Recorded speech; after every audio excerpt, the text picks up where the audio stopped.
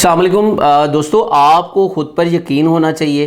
وہ تمام کی تمام صلاحیتیں جو آپ کو اللہ تعالیٰ نے دی ہیں، آپ کو ان صلاحیتوں پہ یقین ہونا چاہیے۔ دیکھیں، آپ کی زندگی میں کچھ لوگ ایسے آئیں گے جو آپ کو تانے ماریں گے، کچھ لوگ آپ کی زندگی میں ایسے ہوں گے جو آپ کو ڈی موٹیویٹ کرنے کی کوشش کریں گے، جو آپ کو نیچا گرانے کی کوشش کریں گے، آپ کی انرجی کو ڈرین کریں گے۔ آپ نے ان سے پریشان نہیں ہونا، آپ نے ان سے بدلہ نہیں لینا، بلکہ آپ نے اپنے اوپر آپ کو یقین ہونا چاہیے۔ ہر وہ بندہ جس کو خود پہ یقین ہوتا ہے، یقین دیکھیں ایسی ایک طاقت ہے کہ جب انسان کو خود پہ یقین ہوتا ہے تو وہ پھر میٹر نہیں کرتا کہ باہر کے لوگ اس کے بارے میں کیا کہہ رہے ہیں۔ دیکھیں، جب بھی لوگ آپ سے حسد کریں، جب بھی لوگ آپ کو تانے ماریں، تو آپ یاد رکھیے گا یہ سارے کے سارے کام یہ ہمارے پیغمبروں کے ساتھ بھی ہوئے۔ دیکھیں، حضرت یوسف علیہ السلام کو اپنے خون کے بھائیوں نے وہ کنویں میں گرا دیا۔ وہ کیوں گرا دیا؟ کیونکہ ان سے حسد تھا۔ حسد کی وجہ سے حضرت یوسف علیہ السلام کو اپنے خون کے بھائیوں نے کنویں میں گرا دیا۔ لیکن یاد رکھیے گا، دیکھیں یہ جو زمین ہوتی ہے یہ فلیٹ ہوتی ہے، زیرو ہوتی ہے۔ جو کنواں ہوتا ہے وہ مائنس ہوتا ہے۔ اللہ نے اپنے پیغمبر کو خود کنویں میں گرایا، مائنس میں گرایا، اور مائنس سے اٹھا کے دوبارہ آسمان کی بلندیوں پہ پہنچا دیا، اور دوبارہ جو ہے وہ اس پوری دنیا کا بادشاہ بنا دیا۔ دیکھیں، یہ اللہ کے پاس یہ طاقت ہے کہ وہ جس کو چاہے وہ مائنس کر دے، جس کو چاہے وہ بادشاہ بنا دے۔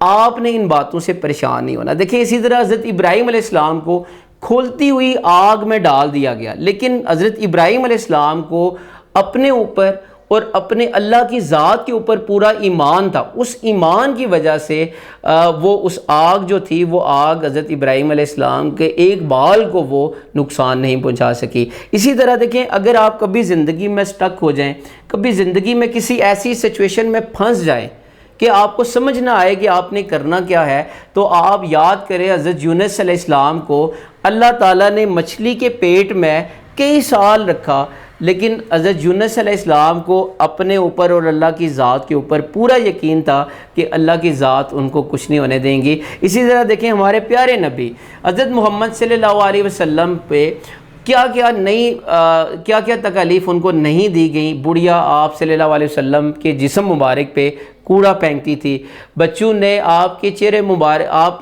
آپ کے جو ماتھا تھا یہاں پہ پتھر مارے جس میں چہرے مبارک سے خون آنا شروع ہو گیا، لیکن آپ نے ان سے بدلہ نہیں لیا، ان سے حسد نہیں کیا، بلکہ ان کے لیے دعا فرمائی۔ آج ہمیں اس بات کی ضرورت ہے کہ ہم اپنے پیارے نبی حضرت محمد صلی اللہ علیہ وسلم کی سیرت کے اوپر چلیں، ان کی باتوں کو اپنائیں، ان کو ساتھ زندگی میں لے کے چلیں۔ دیکھیں، آج ہم اتنے کمزور ہو چکے ہیں کہ ہمیں پریشانی، اپنی فکر جو ہے اپنی پریشانیوں سے نہیں ہے۔ ہم دکھی اس لیے ہیں، ہم پریشان اس لیے ہیں کہ دوسرا کیوں خوش ہے۔ ہم دیکھیں، جب بھی ہمارے رشتہ داروں میں سے، ہمارے محلے میں جب بھی کوئی آگے بڑھ رہا ہوتا ہے، جب بھی کوئی ترقی کرتا ہے، ہم پریشان ہونا شروع ہو جاتے ہیں۔ دیکھیں، ہم جب کسی دوسرے کے اوپر مشکل آتی ہے، برا وقت آتا ہے، تو ہم کیا کرتے ہیں؟ ہم کہتے ہیں کہ اس کے اوپر مشکل اس وجہ سے آئی کہ اس کے اوپر اس کے گناہوں کی سزا اس کو مل رہی ہے۔ لیکن جب وہی مشکل ہمارے اوپر آتی ہے تو ہم یہ اللہ کا امتحان سمجھتے ہیں۔ دیکھیں، ہم اپنی جو ہیں چیزیں ان کے اوپر فکر نہیں کر رہے، ہم دوسرے کی خامیاں ڈھونڈنے کی کوشش کر رہے ہیں۔